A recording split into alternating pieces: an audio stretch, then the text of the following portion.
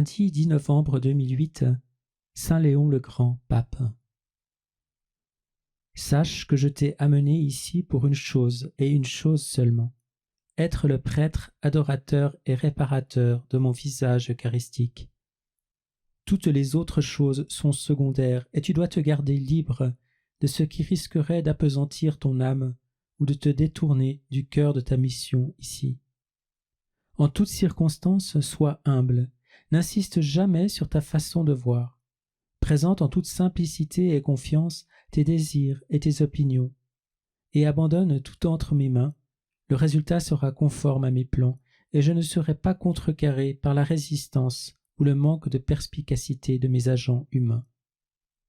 Tu es en train d'apprendre, enfin, à ne pas forcer les événements et à ne pas manipuler les personnes en vue d'obtenir ce que tu veux. Je veux que tu me fasses une confiance absolue en toutes choses. Rien n'échappe à mon attention. Tu es près de mon cœur. Ma mère veille sur toi. Elle est ton avocate et ton secours perpétuel. Viens, confiant, jusqu'à elle avec tes doutes, tes soucis et tes peurs. La confiance en son cœur maternel n'est jamais vaine. Elle ne te décevra jamais. Ce qui est arrivé au père N est une réponse à tes prières pour lui. Il s'agit d'une intervention de mon amour miséricordieux. Continue de prier pour lui. Il sortira de cette épreuve purifié et affermi dans ma grâce. Tu fais bien de prier pour mon bon serviteur, ton père, le pape Benoît XVI. Il a grand besoin de ta prière. Il n'est pas entièrement libre de mettre en œuvre certaines décisions qu'il a déjà prises dans son cœur. Prie pour que les obstacles qui l'environnent soient enlevés et qu'il trouve des collaborateurs loyaux, purs et sincères. Oui, j'ai placé dans ton cœur le désir d'une vie plus cachée, retirée du tumulte et des activités du monde, afin que tu t'offres à moi en adoration et réparation pour tes frères prêtres. La chose essentielle est de te présenter devant moi en portant les péchés et les trahisons de tes frères prêtres, et de les exposer à la lumière de ma face et au feu de mon sacré cœur. Présente-toi devant moi, affligé de tes péchés et de ceux de tes frères prêtres, et en même temps avec une immense confiance en mon amour pour chacun d'entre vous. J'appelle chaque prêtre à la sainteté, même le plus indifférent et négligent parmi eux, même le plus perverti et brisé. Je veux tous les guérir. Je désire qu'ils deviennent des saints, de lumineux trophées de mon amour miséricordieux, dignes d'être présentés à mon Père. Il n'y a pas un seul prêtre qui ne soit appelé à la sainteté. Présente-toi devant moi en portant tous les avilissements de l'état sacerdotal, toutes les trahisons, tous les secrets sombres et vicieux, et je ferai lever la lumière de mon visage eucharistique sur toi pour mes pauvres prêtres pécheurs ayant besoin de ma miséricorde, de mon amour guérisseur et de mon amitié. Représente-les devant moi et je les représenterai devant mon Père. Ma mère est à tes côtés en cette œuvre de réparation pour ses fils prêtres. Constamment, elle plaide en leur faveur. Elle est la grande médiatrice qui se tient, les mains levées, faisant appel à mon cœur transpercé pour ses enfants. Elle t'a choisi, afin que tu participes à cette œuvre qui est sienne, que tu intercèdes avec elle, et qu'en union avec son cœur douloureux et immaculé, tu obtiennes d'abondantes grâces pour ces pauvres prêtres qui en ont le plus besoin.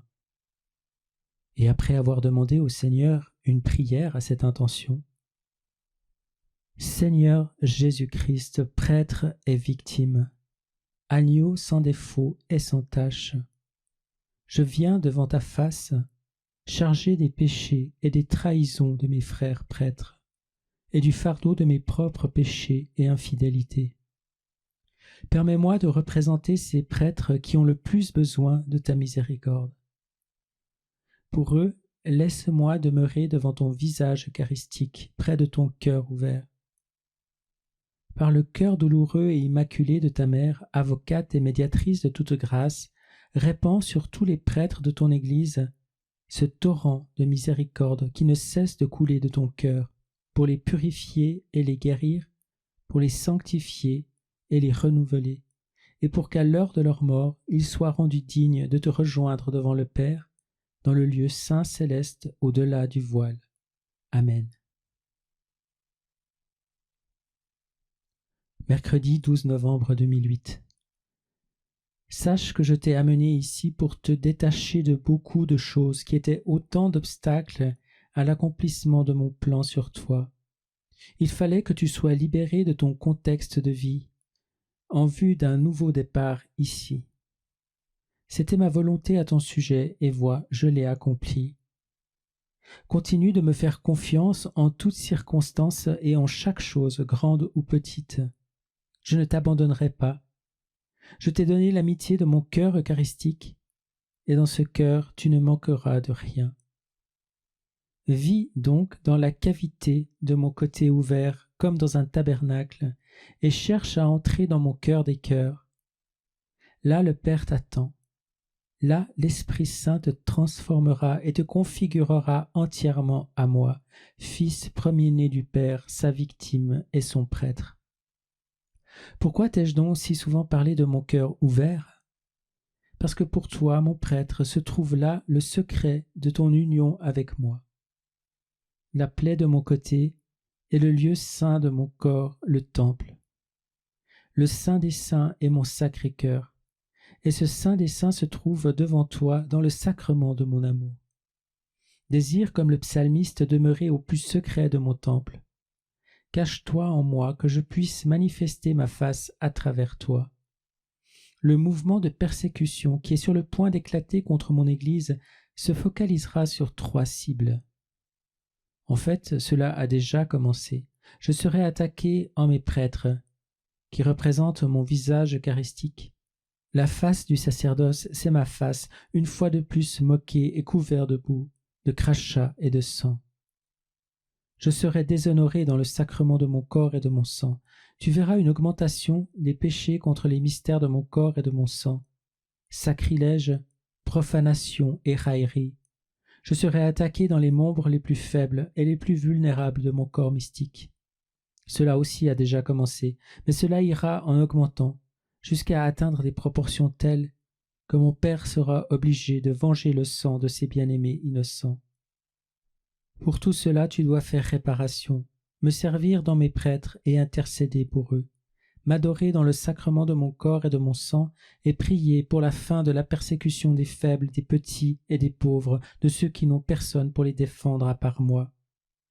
Le jour vient, et il est proche, où j'interviendrai en vue de montrer mon visage dans un sacerdoce complètement renouvelé et sanctifié, où j'interviendrai pour triompher dans mon cœur eucharistique par la seule puissance conquérante de l'amour sacrificiel, où j'interviendrai pour défendre le pauvre et venger le sang des innocents qui a été répandu en marquant cette nation et tant d'autres, comme le sang d'Abel au commencement.